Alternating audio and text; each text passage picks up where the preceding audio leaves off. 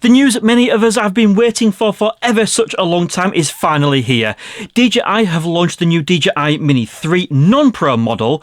Some of you may know that this is a slightly reduced version of the DJI Mini 3 Pro, and when DJI did launch this model, they also launched this controller here, which has proven completely and utterly popular, with absolutely thousands of you saying that this is absolutely fantastic. Me, myself, I was completely on the fence, and whilst I did think that this was an okay piece of kit, there was quite a few limitations it had, including one incredibly huge one. However, to coincide with the launch of the DJI Mini 3, DJI have given us a new version of their Fly app, which of course installs a new piece of firmware on this as well, because of course this controller is compatible with the new DJI Mini 3. Okay, and with it we have got DJI Fly 1.9.0, and like I say guys, it has fixed one of the biggest issues I have had with this controller. Yep, that's it. No longer do you need to grab your mobile phone and connect to Wi-Fi while you are out and about. What they have now given us is the ability to download offline maps. Guys, this is absolutely huge. You see, one of the biggest issues with this is, of course, if you tethered it to your mobile phone, downloaded maps for the area with which you were using, it basically just cached them.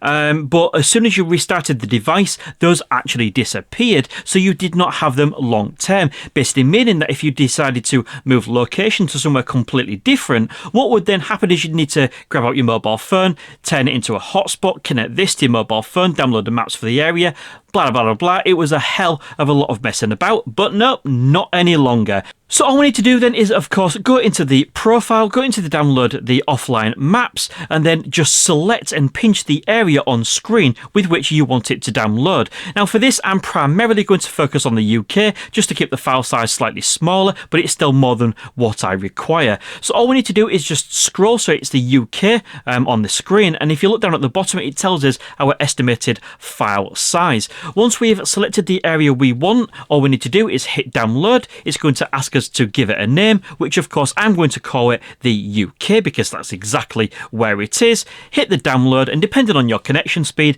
it will take a couple of minutes, or of course the file size as well.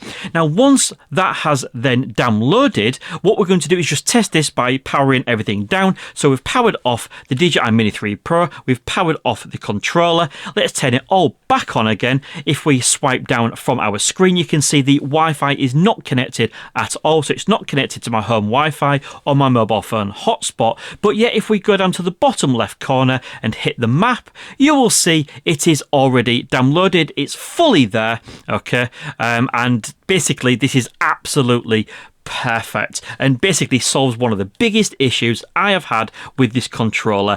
I must admit, DJI have taken steps to improve this. The screen resolution is now higher. There's certain bits and pieces you just couldn't do before. There's more customizable buttons. Really, DJI have improved this, and that is absolutely fair play to them. So guys, my full review on the DJI Fly app 1.9.0 will be coming in a separate video. So if you're watching this and you're not subscribed, hit that subscribe button and the bell notification to be notified when I do post that update. But for now, this just is a short video, and I wanted to just cover the best part about this controller and what DJI have actually fixed. So thank you very much for watching. Until next time, see you again soon.